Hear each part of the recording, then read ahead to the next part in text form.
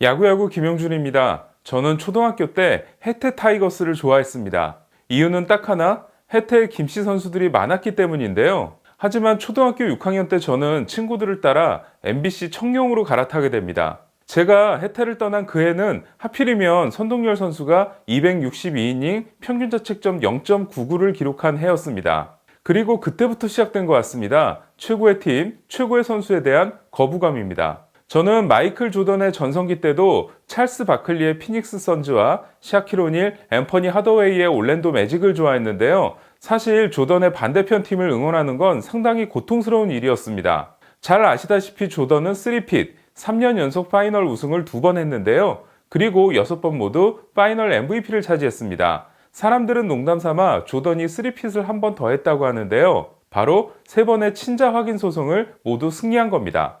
하지만 혼외 자녀 스캔들이 일어났을 때 모두가 딸의 사진을 보고 에이 맞네 라고 했던 경우가 있습니다. 바로 랜디 존슨이었습니다. 사진을 보여드리기 어렵습니다만 당시 공개됐던 딸의 사진은 딱 봐도 머리 긴 랜디 존슨이었습니다. 제가 오늘 좀 엉뚱한 빌드업을 하는 이유는 유전자의 무서움에 대해 말씀드리기 위함입니다. 유전과 관련돼 안타까운 선수는 미키 멘틀입니다. 멘틀의 집안에는 호킨스 병이라는 유전병이 있었는데요. 아버지와 할아버지를 포함한 일가 친척 거의 전부가 40세 이전에 사망했다고 합니다. 때문에 멘틀은 자신도 40이 되기 전에 죽을 거라고 생각하고 있었습니다.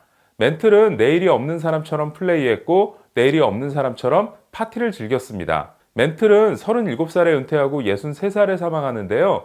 은퇴하고 나서도 알코올 중독과 우울증으로 힘든 날들을 보내게 됩니다. 멘틀은 이렇게 오래 살 줄 알았으면 좀 더 관리에 신경 쓸 걸 그랬다라는 후회를 하기도 했습니다. 하지만 오늘의 주인공은 최근 팔꿈치에 문제가 생긴 크리스 세일입니다. 세일은 키가 6피트 6인치 198cm입니다. 그리고 몸무게는 180파운드 81kg인데요. 세일이 얼마나 가벼운지는 같은 198cm 투수들과 비교해보면 알 수 있습니다. 136kg인 CC 사바시아를 논외로 하더라도 루카스 지올리토가 111kg, 노아 신더가드가 109kg, 존 레키가 107kg, 데릭 로와 크리스 카펜터가 104kg, 로이 할러데이가 102kg으로 세일보다 20kg 이상 많았습니다.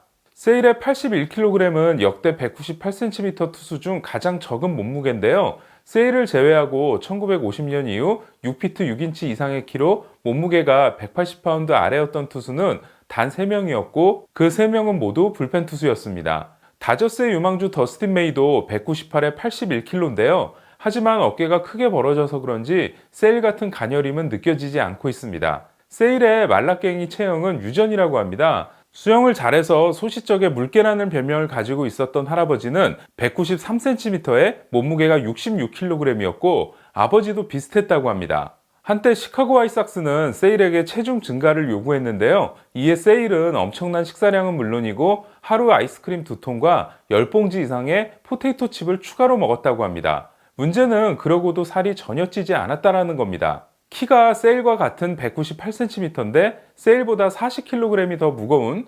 131kg의 무게를 자랑했던 애덤 던은 세일에게 고바야시라는 별명을 붙여주기도 했는데요. 아시겠지만 고바야시는 핫도그 챔피언으로 유명한 푸드파이터죠. 던은 몸무게를 늘리기 위해 아무리 애를 써도 늘지 않는 세일에게 그러지 말고 차라리 머리를 길게 기르라는 농담을 했다고 합니다. 세일은 던이 야속했겠죠. 세일의 문제는 슈퍼 말라깽이인데다가 투구폼까지 상당히 위험해 보인다는 데 있습니다. 맥스 슈어저가 2006년 드래프트에 나왔을 때 다른 팀들은 슈어저의 투구폼이 위험하다고 판단해 뽑지 않았는데요. 하지만 슈어저의 투구폼을 느린 화면으로 면밀하게 분석한 결과 팔의 움직임이 의외로 간결하다고 결론을 내린 팀이 있었습니다. 바로 애리조나였습니다. 애리조나는 13순위로 슈어저를 뽑았는데요. 당시 슈어저의 지명을 주도했던 스카우팅 디렉터 마이크 리조는 워싱턴의 단장이 된 후 슈어저와 FA 계약을 맺게 됩니다. 세일이 2010년 드래프트에 나왔을 때 반응 역시 마찬가지였습니다. 흥미로운 건 세일 역시 슈어저와 같은 13순위 지명으로 시카고 화이삭스에 입단했다는 건데요. 당시 화이삭스에서는 세일의 지명 여부를 두고 찬성파와 반대파가 치열한 논쟁을 했었다고 합니다. 당시는 300승 투수가 될 거라는 기대를 받았던 마크 프라이어가 2006년 조기 은퇴를 하면서 인버티드 W, 그러니까 뒤집힌 W자에 팔 동작을 가진 투수가 위험하다라는 주장이 힘을 얻고 있었을 때인데요. 2002년부터 화이삭스의 투수코치로 19년째 롱런하고 있는 돈 쿠퍼 투수코치 역시 잠시나마 인버티드 W를 신봉한 바 있습니다. 쿠퍼는 2009년 1순위 지명자인 스티븐 스트라스버그도 인버티드 W이기 때문에 위험하다라고 했는데요. 스트라스버그가 데뷔하자마자 토미존 수술을 받게 되면서 크게 이슈가 되기도 했습니다. 어쨌든 세일은 인버티드 W인데다가 대각선으로 발을 내딛는 크로스파이어, 그리고 팔꿈치를 쥐어짜는 동작까지 들어있는 위험한 투구폼의 결정판이었습니다.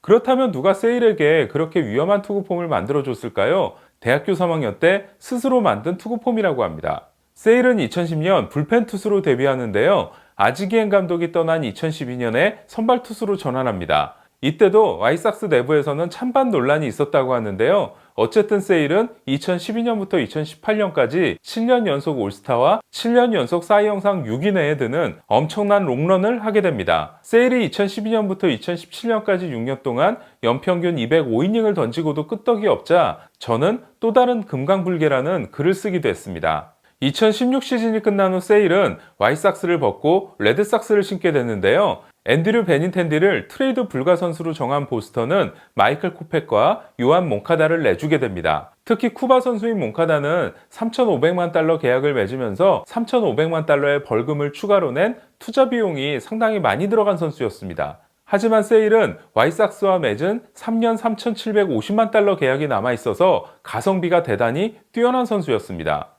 보스턴에서의 첫 해인 2017년, 세일은 아메리칸 리그 투수로는 1999년 페드로 마르티네스 이후 18년 만에 처음으로 300탈삼진 투수가 됩니다. 고질적인 막판 부진 때문에 사이영 2위에 그친 게 유일한 아쉬움이었는데요. 반면 8월에 데뷔한 코펙은 9월에 토미존 수술을 받게 되고 몽카다 역시 와이삭스에서 실망스러운 첫 시즌을 보내면서 두 팀의 희비가 엇갈리게 됩니다. 2018년에도 세일은 사이 영상 4위에 오르는 뛰어난 시즌을 보냈는데요. 하지만 부상으로 158이닝에 그치게 되고 시즌 막판 구속이 급감하는 모습을 보이게 됩니다. 세일은 킴브러를 대신해 월드시리즈 마지막 아웃카운트를 잡아냈는데요. 하지만 뭔가 찜찜함을 남기고 시즌이 끝납니다. 하지만 지난해 3월 보스턴 데이브 돈브로스키 사장은 세일에게 2020년부터 시작되는 5년 1억 4,500만 달러 계약을 쏘는데요. 비록 연평균 3천만 달러 계약은 아니었지만 세일은 2020년부터 연평균 2,900만 달러를 받는 투수가 됩니다.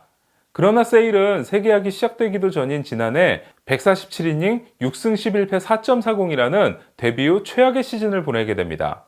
그리고 시카고 화이삭스에서는 요한 몽카다가 펄펄 날게 됩니다. 세일은 지난해 8월 팔꿈치 염증으로 혈소판 확장 플라즈마 주사를 맞았고 오프시즌 동안 센서가 부착된 특수 소매를 착용하고 피칭 훈련을 해왔는데요. 하지만 2018년 10월 복통으로 병원에 입원한 이후부터 위장 질환이 반복되고 이번 스프링 캠프에서는 폐렴 증세까지 나타나면서 잔부상에 시달리게 됩니다. 그리고 다시 팔꿈치 통증을 호소합니다. 세일은 어제 토미존 수술의 창시자인 프랭크 조브 박사의 후계자라고 할 수 있는 제임스 앤드류스 박사에게 찾아가 MRI 검사를 받았는데요. 하지만 결과는 곧바로 발표되지 않았고 다시 류현진 선수의 어깨 수술 집도의였던 닐 엘라트라체 박사에게도 찾아간다고 합니다. 이에 오늘 나올 줄 알았던 결과가 내일로 미뤄졌는데요. 혹시라도 세일이 토미존 수술을 받게 된다면 올해부터 시작되는 계약이자 돈브로스키가 남기고 떠난 5년 1억 4,500만 달러의 계약은 큰 위기를 맞게 됩니다. 영상을 만들고 있는 지금 막 속보가 들어왔는데요. 디 애슬레틱 켄 로젠탈에 따르면 현 시점에서 세일은 토미존 수술을 받지 않아도 되는 것으로 결과가 나왔다고 합니다.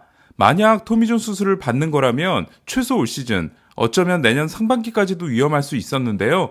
어쨌든 보스턴으로서는 큰 안도의 한숨을 쉴 수 있게 됐습니다. 정리하자면 메이저리그 역사상 키 대비 가장 적은 체중을 가지고 있으며 투구폼까지 위험한 세일은 누적 이닝이 1,500이닝을 넘어가면서부터 몸에 문제가 생기고 있는데요. 2012년부터 2017년까지 연평균 205이닝을 던졌던 세일은 2018년 158이닝, 지난해 147이닝에 이어 올해도 불안한 스프링 캠프를 보내고 있습니다. 지금까지 세일이 만들어낸 커리어는 명예의 전당도 한번 노려볼 수 있는 상황인데요. 과연 세일이 건강한 30대 시즌을 보낼 수 있을지 주목됩니다. 이상 김영준의 야구야구 영상으로 만나는 인사이드 MLB였습니다.